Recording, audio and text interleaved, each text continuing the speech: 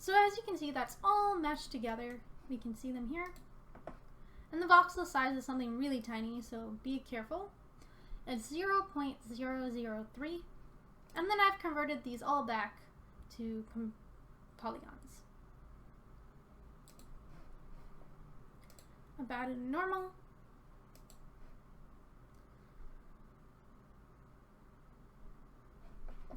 And then over here is our null going to our opaque crystals out.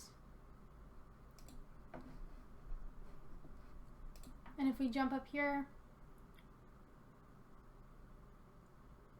you can see our opaque crystals, which I have filed cached out, which we'll get to in a sec. So object merge them into this object, file cache them out, and added some attribute noise just so we can get some more color variation. This is once again all into your preference. And this attribute noise here is actually just a copy paste onto all of them if you see these in any other object level SOPs here. So diving back in, let's get to our big chunky crystals. And go back up here. So we have our attribute noise, which is pretty normal. We've scattered some points, and there's about 4,000 points that are settled on the density attribute CD. And then we have added a pop net. And this is one part where it can get a little bit confusing, so stick with me. If we go to our source first input, we've added a life expectancy of 1. And we only want it emitting on the first frame, so we've got $F equals 1, 1. And we want it on all points. So if you play it back, you can see it's only emitting on frame 1. At pop wins, we've got an amplitude of 0.6 and a swirl size of 0.7. Pop attracts, force scale of 0.8, and the goal really hasn't changed. So what the pop attract is doing is just sucking them into the center at 0, 0. And then I've added some gravity, which is negative 0.2. And we've added a subset of 2 up here. And in our pop solver, everything's normal. We've trailed these particles for a 14 and time shifted them to frame 22. Attribute wrangle is the exact same as the attribute wrangle over here. And the attribute randomize is a little bit bigger, and it's 0.041. And we've copied this to points with a platonic solid, which looks like an isohedron, and converted it to polygons. And the only reason I'm doing that on our platonic solids is that they are actually considered under our tab menu here as a primitive, and I want to make sure Houdini handles them as a polygon, so not a packed primitive. We've converted this to a VBD from polygons, which is 0.005, so we get some detail, and they're all chunky boys together. And we've converted them to polygons. Then we've once again added a null, clear inner crystals out, which is being projected up here to our clear inner crystals on the surface level here. So if we dive inside, we've got our object merge, bringing things in. We've filed cached them out. We have an attribute noise, which is essentially the same, and a normal to make sure all the normals are correct. And that's pretty much it for modeling it. I did add a few more area lights for this selective shot because we want some reflections in our crystals. So on top of the regular lights, there is an area light that I've renamed. The color is this. I've currently turned it off because I didn't really need it in the other setup. But the color is this, and the intensity is 0.4, and it's transformed to this. The area light over here, if we enable it, is pure white and transformed to this position. Same here goes with the camera. So let's get into the rendering and also the materials. So for the opaque crystals, we have a glass shader, which I've renamed, as well as the inner crystals here, so they share a different shader. The outer shell is an outer shell clay shader, and the inner shell is also a clay shader as well, so we'll cover those right now. We'll talk about the inner and outer shells because I think those will be easier to remember right away. So for the inner shell right here, we have a base color of this yellowy color, and the IOR hasn't changed. The roughness is 0.3, reflectivity is 0.5, and these are the general changes to them. I haven't changed any of the opacity or the displacement. If we move on to the clay outer shell, we have a base color that's a little bit darker. We have an IOR of 1.1, a roughness of 0.3, a reflectivity of 0.3, coat roughness of 0.2, and these are the general changes that were made. For the displacement, I've turned on noise, enable noise displacement, so there is an amplitude of 0.2 and a frequency of 23, 13, and 10. So if we look at our smaller crystals here, we have an opacity color that's a little bit darker, and you can see that it's dialed down here.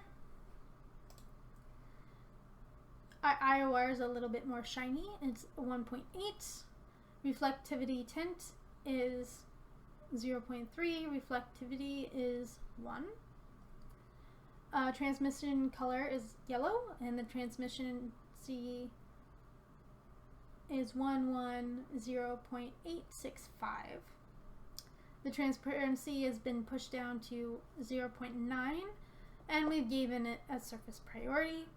And the subsurface color here is a little bit more yellow, and we've also given it a sheen of 0.4. And that's pretty much it.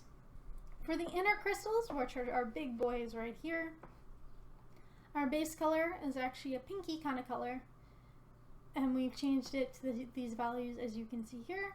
The IOR is a 1.8, reflectivity is a 1, transparency is a 1, transmission color is yellow, white, as well as the subsurface color, and the surface priority is 2. And everything else we haven't really changed, and the opacity is still 1. And that's pretty much it for the materials. So turning that all off, we'll move on to our next topic, which is a Herkimer Diamond. This is probably the most easiest out of all of them because it is a crystal, and crystals are fairly easy to replicate inside of Houdini. So going back to our Herkimer Diamond crystal. So this is very interesting for diamonds because it is special in the sense that it's got about 2 points on either ends and is very geometric. And you don't really see too many of them because they're found in Afghanistan and very hard to reach locations. So you can see you'll either find them in the US, Afghanistan, Ukraine, Norway, China. And these are some different shapes you can get of them, which are very interesting. And you can try and replicate by yourself. So turning this on, I've also added a ground in this setup because it's, for diamonds, it's way easier if you have a reflective background to get them right. Just so they have enough reflections inside of them. I'm going to go over here. So in this picture, it's very low res, and I probably could have added more reflections, but this is what you can do for the Herkimer Diamonds. And the reason I've added a background is so you can see where the planes are reflecting. You can even make the normals on the actual geometry sharper, which is what I would do if I had to go back and redo this again. So here we have our camera. These are the translations if you wanted to copy them.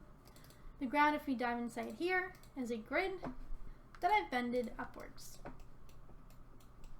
So it's got a bend of 90, and that's pretty much it.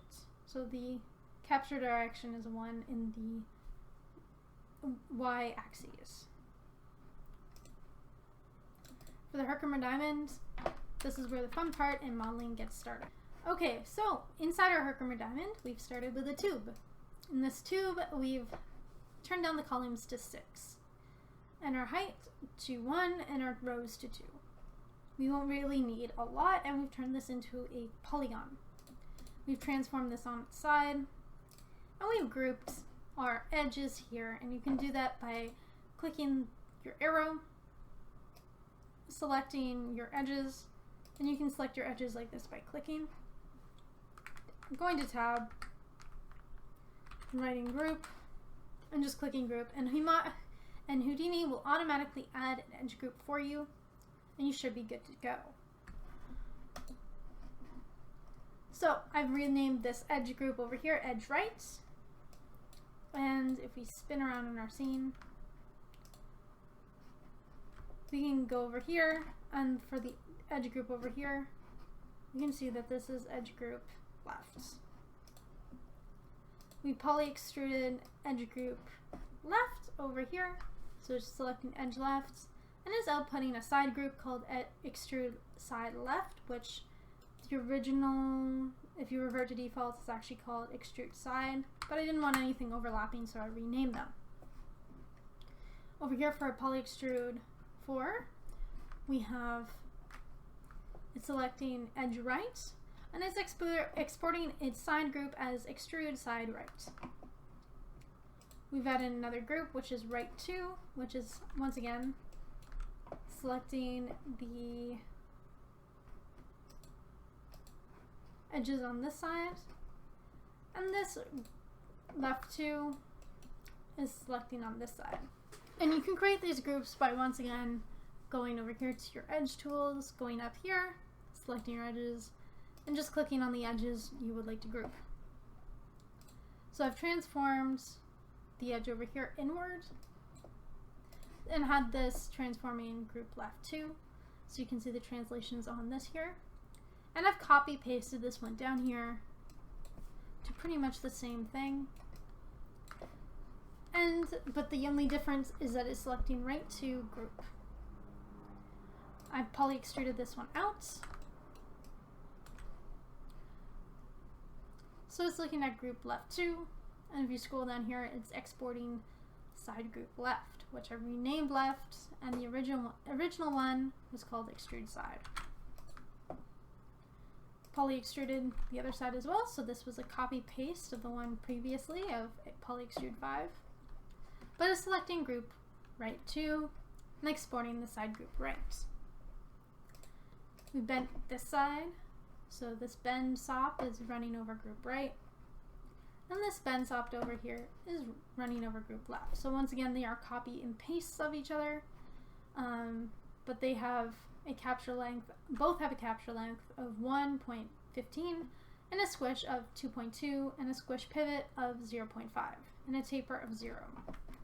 After this, it's important to fuse your points together, so none of your points on your edges here overlap. So if you look here with the fuse on, there's only one point at the end here. If we go to our bend and zoom in and zoom in, there will be actual overlapping points. And I've added normal to this. And that was pretty much how to model a Herkimer Diamond, which is pretty simple. So we'll cover some materials, and I'll go back to my camera.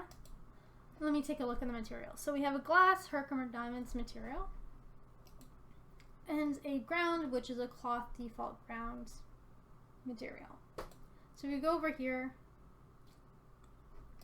For the cloth ground, the base color is this blue color, and the roughness is 1, reflectivity is 1, and the transmission color didn't really change. The sheen is lowered a little bit. If we go to glass over here, to Herkimer Diamond, the base color is just below 1, so it's a 0.886. Roughness is turned off, reflectivity is 1, transmission color is a bluey color, transparency is a 1, subsurface color is a little yellow, and those are pretty much the changes made on that one. So we'll turn this off and get down to our final rock, which is actually a mixture of 2 rocks that I wanted to cover. So for our fluorescent mineral, so going back here, back to our fluorescent mineral, we have some interesting things. So fluorite is primarily the main mineral that makes fluorescent minerals glow so well. So fluoridite, fluorescent, that's kind of where the name comes from. So if we scroll down here, they are illuminated with specific wavelengths of UV light, X-rays, and cathode rays. And essentially what makes them glow is their electrons moving in and out of place due to the light. So they're switching orbits, and that's pretty much what makes them fluorescent. And you can tell they're a little bit boring when they're polished, but I found a way around that. That kind of makes it look kind of cool. And if you were to do a fluorescent geode, you could probably use the geode setup that we talked about earlier, and you can make glow like this with the different layers of materials that we talked about. So diving right back into our setup, we have an intersect stone and a triangle inside, and we'll talk about those very quickly. But here's our camera setup and where it's translated to if you wanted to use it. So we'll dive inside. So I've started with a basic sphere. Now where is my flag? There we go. So I've started with a basic sphere, and you can see it's very simple. It's not too boring. And it's placed on this side. It's got a frequency of 15. I've added a mountain, and this is optional, but if you smooth it out, you get a very shape flattened surface and a very polished surface. So you could say it's a bumpy rock and I've polished it out, and this is what it would look like. You could also dial this in depending on what you wanted. So here's our base rock out.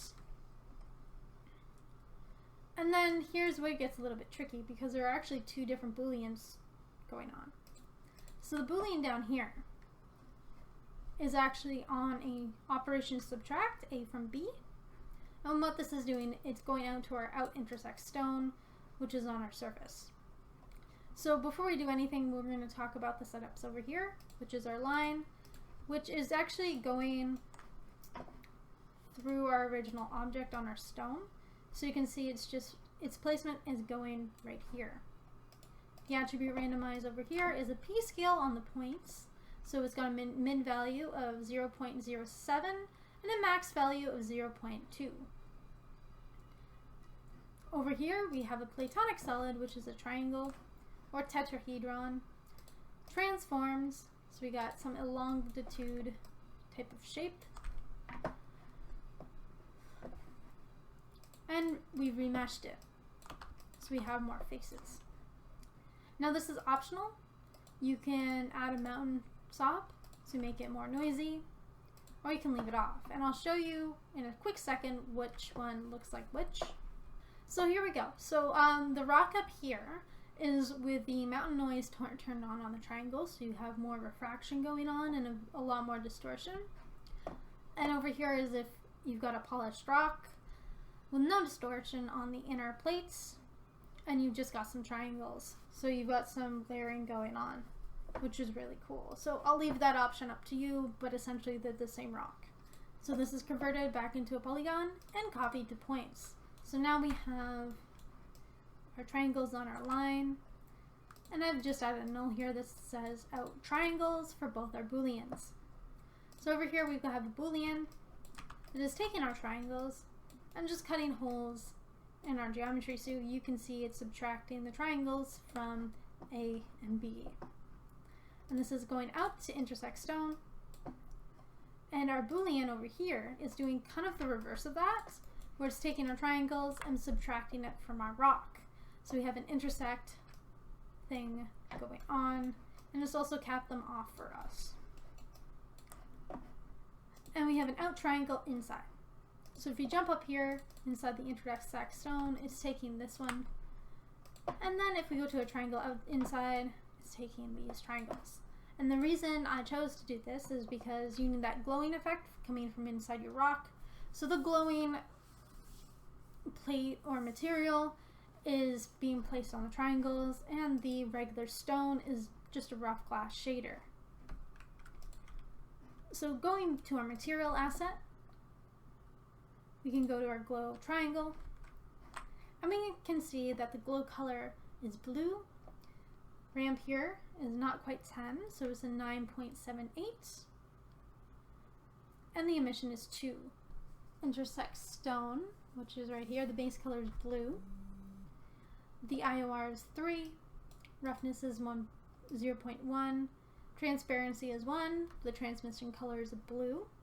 So surface color is kind of like an aquamarine blue. And those are the changes here. For the opacity, it's a blue. And the fake casuistics is enabled. And that's pretty much all you need to do for these rocks. And overall, they look pretty good. So I hope you enjoyed this tutorial. I'm sorry it was fast, but that's all I could do in between tutorials and filming, and also working on the tutorial series that is coming up, if you haven't checked that out. Currently, I'm building a tutorial series on how to create concealed entities in the universe, which will be coming out over a period of months, as each topic is hard to create in Houdini and are quite complex. So if you know a lot of Houdini or are interested in how science meets Houdini, that might be the series for you, so look out for that. And my name is Kate, and I will see you in the next video. Bye!